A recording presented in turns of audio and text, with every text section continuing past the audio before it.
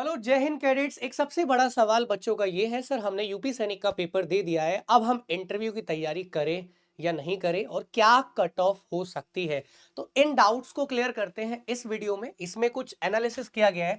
अगर हम देखें 2025 से 26 तक के कट ऑफ को और मार्क्स को देखें, तो यहाँ पे जो मार्क्स है ये आपका सिक्स्थ का है, ये नाइन्थ का है। आप अब बस वीडियो को पॉज करिए और इसको ऑब्जर्व करिए। यहाँ पे कितना आ रहा है, 129 आ रहा है। अनरिजर्व के बारे में बात कर रहा हूँ, सिर्फ अनरिजर्व के बारे में मैं बात करूंगा, ये आप अपने आप एनालिसिस करना। अनरिजर्व का देखा जाए 2025 से 26 में 129 कट ऑफ गई है सिक्स क्लास की नॉर्मल फी वाले बच्चों की। और अगर हम देखें 2024 से 25 में, तो बेटा नॉर्मल फी वाले जो बच्चे थे, बॉयज थे, उनकी कट ऑफ कितनी गई है, 125। तो इंप्रूवमेंट हुआ?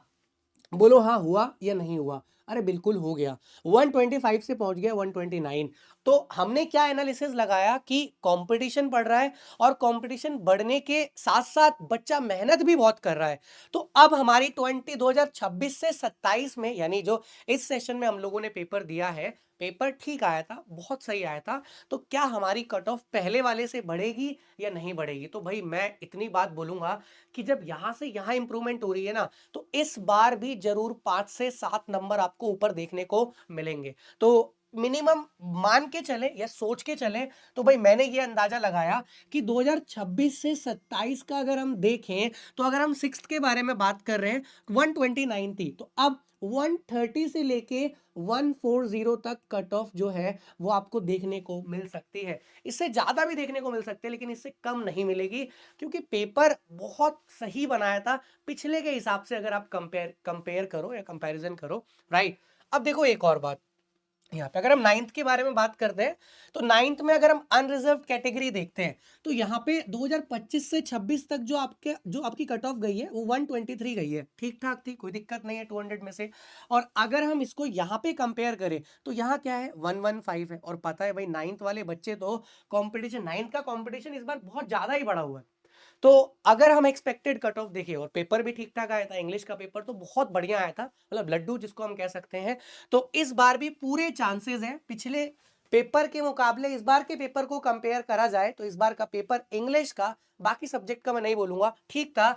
तो यहाँ पे आपके मार्क्स पूरे बढ़ने के चांसेस, यानी जो कट ऑफ है, 130 टू 137 देखने को मिल सकती है 2026 से 27 में। तो ये क्या था, दिस इज व्हाट एक्सपेक्टेशन, कि हम एक्सपेक्ट कर सकते हैं। सर अब हम क्या करें? क्यों? क्योंकि भाई एक तिहाई यानी 3 गुना बच्चों को बुलाया जाता है, समझ रहे हैं आप? 3 गुना बच्चे, यानी कि भाई जहां पे आपकी 3 सीट है, तो वहां 9 बच्चों को बुलाया जाएगा। तो जहां पे आपकी 30 है, वहां पे 90 बच्चों को बुलाया जाएगा। तो this is how you can make your seat confirm. उससे पहले आपको, you should hope for the best and you should start preparing for the interview from today only. So interview को प्रिपेयर करने के लिए आपको कुछ चीज़ें बहुत बेसिक सी पता होनी चाहिए, कि आपका कम्युनिकेशन थोड़ा सा अच्छा होना चाहिए, थोड़ा भी और ज़्यादा अच्छा, जो भी डिपेंड करता है, डिपेंड्स ऑन यू, कि आप कितना इंग्लिश में बात करते हैं, कितना नहीं। नॉलेज आप लोगों के पास भरपूर है, मैं इतना जानता हूँ कि भाई आप लोग यूपी सैनिक का एग्जाम दे रहे हैं, तो नॉलेज आपके अंदर कूट कूट के भरी हुई है। But here interview is all about how you represent your self, how you answer the question. आपसे क्वेश्चन पूछा जा रहा है, आप उसको कैसे मॉडिफाई करके विद एक्सप्रेशन और मतलब अपने शब्दों में कैसे एक्सप्रेस कर रहे हैं, राइट। तो भाई इंटरव्यू के लिए क्या क्या इंपॉर्टेंट होता है? सबसे पहला आपका कम्युनिकेशन।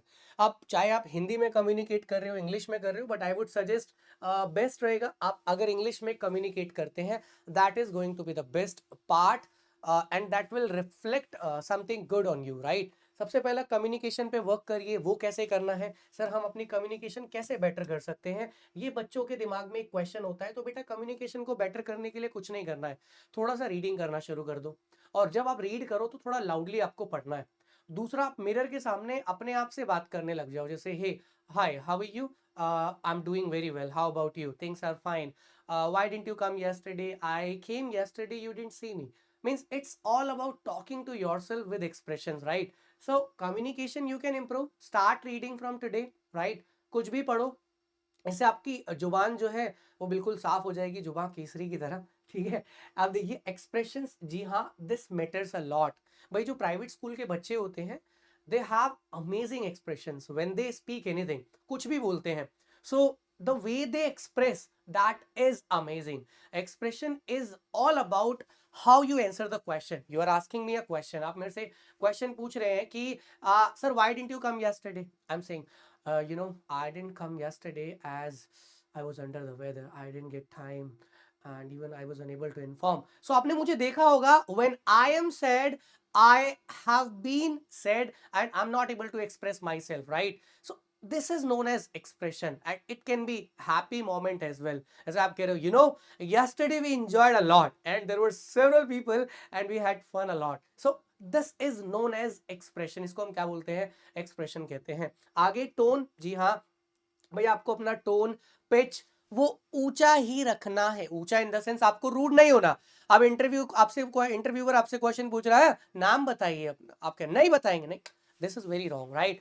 टोन ऊपर होने का मतलब you have to increase your tone so that सामने वाला इंसान कैन अंडरस्टैंड यू। कई बार बच्चा ना शर्मा जाता है, नॉलेज बहुत होती है उसके अंदर, अपरंपार नॉलेज है, लेकिन सामने वाला क्वेश्चन पूछ रहा है, बेटा you just tell me about your state. बच्चा बोलना चाहता है बट उसकी आवाज सामने वाले तक नहीं पहुंचती। So you have to work on it, you have to be louder enough so that सामने वाला आपको सुन ले और आप रूड भी ना लगो।